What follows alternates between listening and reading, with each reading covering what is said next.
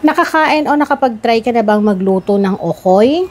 Alam nyo ba na isa to sa masarap papakin at ulamin at magandang pangnegosyo? Kaya naman muli ako po ang inyong madiskating nanay at ngayong araw, samahan nyo ko dahil magluluto tayo at tuturuan ko kayo kung paano magluto o gumawa ng okoy na pangnegosyo. So dito nga pala, ayan, bali nalinisan ko na to at nakat ko na rin yung mga kailangan nating sangkap. So, una, meron tayo ditong hipon na maliliit. Ayan, o. Ito yung ginagamit na pang-okoy at yung mas maliit pa dyan. So, nabili ko lang to ng halagang 100. Tapos, meron tayo ditong tokwa. So, ganito lang kakapal at kalapad yung tokwa na gagamitin natin. Bale, gumamit lamang ako dito ng 5 piraso. So, eto, makakabili kasi kayo ng isang balot, 10 piraso. Tas 35 pesos lang yun. So, 5 piraso lang yung kailangan natin para dito sa ating pagluluto. Then, hindi mawawala, meron tayong kalabasa. So, yung kalabasa, hiniwa ko ng ganyan. Hindi ko na siya binalatan kasi mura yung kanyang balat. So, pag ganon, pwede naman na isama na yan. At, yung ating toge. So, dalawa kasi may nabibiling toge na may halong gulay. Yung may parang may sayote, carrot. So, hindi natin kailangan yun. Ang kailangan natin is yung purong toge. Ayan, nabili ko lamang yan ng 20 pesos isang balot, tas yung kalabasis 20 rin. So, ayos na yung ating mga kailangan. Bali dito is gagawa na tayo nung kanyang pinaka, tawag dito yung butter niya, para magdikit-dikit yan. So, meron tayo ditong third class na harina yung nabibili sa palengke. At lalagyan natin yan o hahaluan natin ng cornstarch.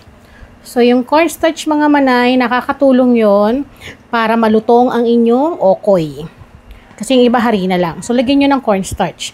Then, maglalagay muna ako ng konting orange food color. So, yan. Pwede rin kayong gumamit ng liquid.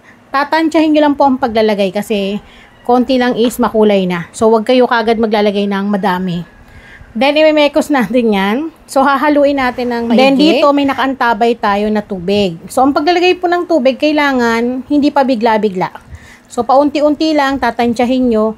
Kasi hindi pwedeng sobrang labnaw yan at hindi rin naman sobrang lapot na para kayong gumagawa ng tawag dito, tinapay. So, lagay lang tayo ng tubig dyan. Then, imimekos natin. At maglalagay nga pala ako ng 1 pirasong itlog. Ganyan. So, yung itlog naman mga manay, nakakatulong siya para kahit yung toge ninyo ay, tawag dito is, nabahaw na. Kasi syempre, piprito nyo yan. Hindi siya yung matigas or kukunat. Then, naglagay ulit ako ng tubig. So, yung kumpletong sangkap nito, ilalagay ko po sa description box sa baba, mga manay, para dun sa mga gustong itry ito. So, sa tubig, napapansin nyo, hindi ako yung biglaan ng lagay. Paunti-unti, tatansyahin ko, kasi po, yung harina na bibili natin sa palengke is hindi pare-parehas. Like ko naman sinasabi yon. Then, sa harina, ang gamit ko is third class. Yung nabibiling mumurahin na harina sa palengke, pwede na yon. Pwede rin naman ang all-purpose flour. So, yon, pwede nyo itry yon kung wala talaga na mabili kayong third class na harina. Then, dito, yung yung wire whisk ko na nandun sa kabilang kitchen. So, naglagay ulit ako dito ng tubig para mahalo ko maigi. Kasi yung mga buo-buo, kailangan natin yan na matunaw ng maigi. Ganyan. Then, sa kulay, pwede nyo pa yan dagdagan. Depende sa tingkad na kailangan ninyo. Pwede rin kayong gumamit ng yellow egg food color. Yon, pwede yon. So, sa kulay naman kasi, depende yun sa inyo Kasi, ano lang naman yan, pampaganda, para hindi ba siya, maputla or nakakaumay. Kailangan buhay na buhay yung okoy natin, kasi ganun talaga yung kulay niya. Naglagay din ako ng konting asin. At syempre, lalagyan natin yan ng Ajinomoto. MSG mga manay, konti lang po ha. So, again, ito naman po ay hindi So, yan ay optional. Pwedeng meron, pwedeng wala. Para lang po kahit paano yung pinaka-butter natin sa ating okoy may lasa na. Pero hindi naman kailangan sobrang alat. Kailangan yung sakto lang. So, pagkatapos natin yun mahalo, eto, niready ko na yung ating pagpiprituhan. Then, maglalagay na rin po ako ng 700 ml ng mantika. So, syempre pag pambenta, hindi naman kailangan mamahaling mantika. Kahit palm oil lang, pwede na. 700 ml to mga manay. So, hintayin natin yan na uminit. At habang yan ay hinihintay uminit, eto nga. So, dapat ganito po yung saktong pagkakalapot niya. Ayan ganyan. Hindi naman siya yung sobrang lapot. Hindi rin naman sobrang labnaw. Basta yung ganito. Ganyan. Yan, tignan nyo kailangan ganyan yung texture ng inyong butter. So, may kita nyo, gagamit tayo dito ng saucer. So, platito. Naglagay ako ng mantika para pag naglagay tayo dun sa ating mantika, magsasalang na tayo, may slide siya ng mabilis. So, una maglalagay muna kayo ng butter natin. Ayan. Then, unahin ilagay ang toge. So, ang style nito, alam mo yon, kailangan maayos din yung pagkasalansan mo para nakakaakit din po sa ating mga customer. So, etong aking ginagawa ay pang-ulam lang namin dito sa bahay. Kaya naman gagawin ko, i-share ko na rin sa inyo dahil alam nyo, isa rin to talaga sa talagang paborito kong ulam noon at pinapapak ko. Pagkatapos natin malagyan ng kalabasa, toge at yung ating hipon, ayan, nilagyan ko ulit ng ating harina na kinanaw, pinatungan ko ulit ng tokwa sa ibabaw, tapos ayan na, ganyan lang. Huwag nyo rin kakapalan ng harina yan ganyan, huwag masyadong makapal. Kailangan yung sakto lang para kapag piniprito ninyo, magandang tignan. Then dito, kapag mainit na yung mantika, huwag kayong kakabahan sa paglalagay. So dahan-dahan nyo pong i-slide, gaya ng ginagawa ko. So gumamit ako rito ng 3 platito para naman kapag naglalagay na tayo sa mantika, is dire-diretso yung pagsalang natin. Tapos, yan, makalipas lang ang ilang segundo, pwede nyo yan maitabi. Kasi normal lang na hindi papantay sa pagkakalagay. So, slide nyo lang ng ganyan para makapagluto kayo kagad ng 3 kada luto natin. Kasi kung pa isa-isa is malakas sa gasol, pangalawa, hahaba yung oras ninyo. Lalo na kung marami kayong customer na bibili tapos maliit yung inyong paglulutuan, mas mainam na malaking kawali ang ating gagamitin.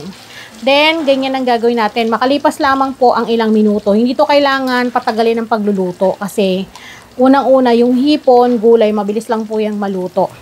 So, ibabaligtad natin ang ganyan yan. So, dahan-dahan para hindi tayo matalsikan ng mantika. Alam naman natin, mainit yan.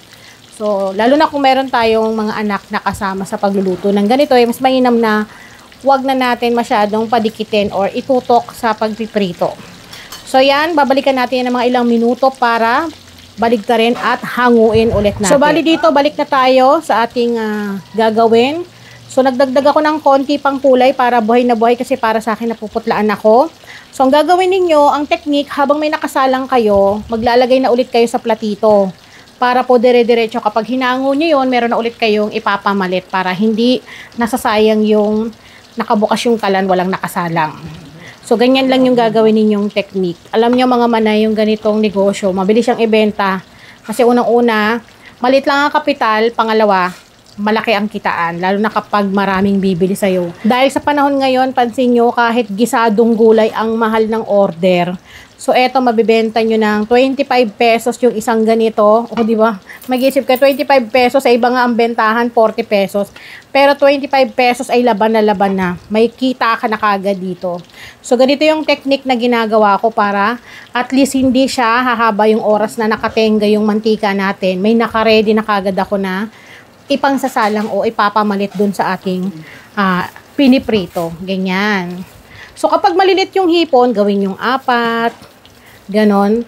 So, yung mga ganitong pagluluto, kapag nakasanayan mo na talaga, maning-mani na lang sa'yo. Then, dito nga, biniligtad ko ulit siya ng ganon kanina para mas matosta ng maigi. At maya-maya ay hahanguin na natin. So, ito na nga, makalipas ang ilang minuto, pwede na natin itong hanguin para makapagsalang na tayo ng panibagong lulutuin natin. At masasabi ko sa inyo na malutong pa rin to mga manay. Basta maglagay kayo ng cornstarch, yun ang sinasabi ko sa inyong sekreto para hindi rin po talaga kagad. Alam mo yung kumunat. Kasi kadalasan nakikita ako yung mga nagluluto ng ganito. Kapag lumalamig, ang kunat na nung pinakaharina niya. Eto, malambot pa rin kasi gumagamit tayo or naglalagay tayo ng itlog. Pangalawa, may lutong siya kasi mula dun sa cornstarch na nilalagay din natin. Basta sa pagluluto, ganun lagi yung gagawin ninyong technique. Ganyan, iuusog nyo lang kapag tingin nyo napupunta sa gitna yung inyong piniprito. Yung iba, ang okay sa kanila is yung purong hipon, di ba? Tama po. Yung iba naman, naglalagay ng mga ibang sahog gaya ng malunggay, naglalagay ng mga ganon. So, kanya-kanyang technique na yan, nasa inyo na kung anong gusto nyong gawin. So, ganito yung nakita ko at nakalakihan ko na inuulam talaga namin noon kasi dati magkano lang to? 10 piso lang yung ganitong okoy. Ngayon magkano na? 40 pesos sa iba. Pero eto pwede 25 pesos, laban na to. So eto na nga po mga manay at tapos na tayong magluto ng ating okoy na pang negosyo. Syempre, alam nyo po ba, ang nagpapasarap talaga sa okoy ay ang paggawa ng masarap na sausawan. Kasi kapag masarap ang suka mo, yun ang talagang hahabulin ng inyong customer. So, dito pa lang, oh. Wow. Pwedeng-pwede mo talagang papakin. At yung mga kasama ko rito, nakaabang na. Gusto na nilang kumain. Kung ayaw nyong kumain ng mag-rice, gano'n. So, eto lang, mabubusog ka na. Yung lutong, tapos yung sarap ng suka na hihigupin mo ay the best. So, yung suka na pinagsasawsawan ko is homemade ko to mga manay. Meron akong binibenta neto online kasi ako yung gumagawa mismo ng suka namin. At eto nga yung sinasabi ko sa inyo, talagang hihigupin mo sa sarap. Basta yung suka is masarap ang timpla. So, bali dito sa ating recipe ay pwede kayong makagawa ng 25 pieces na okoy na ganito kalalaki. So, ang puhunan ko lamang dito is nasa 300 plus lang mga manay. Mga 335 yun, ganon. Kasama na yung gas, tas yung oil, lahat kasama na yun. Then, pwede kayong kumita ng 300 din mahigit. O, diba? Ang bilis. Sa 25 pesos pa lang yan mga manay ha. Sa iba, magkano to binibenta. Pero para sa akin kasi, the more na mas mababa yung benta natin, kahit maliit ang tubo, mabilis namang maubos. So siya, kain na po kami at siguradong gutom na rin kayo.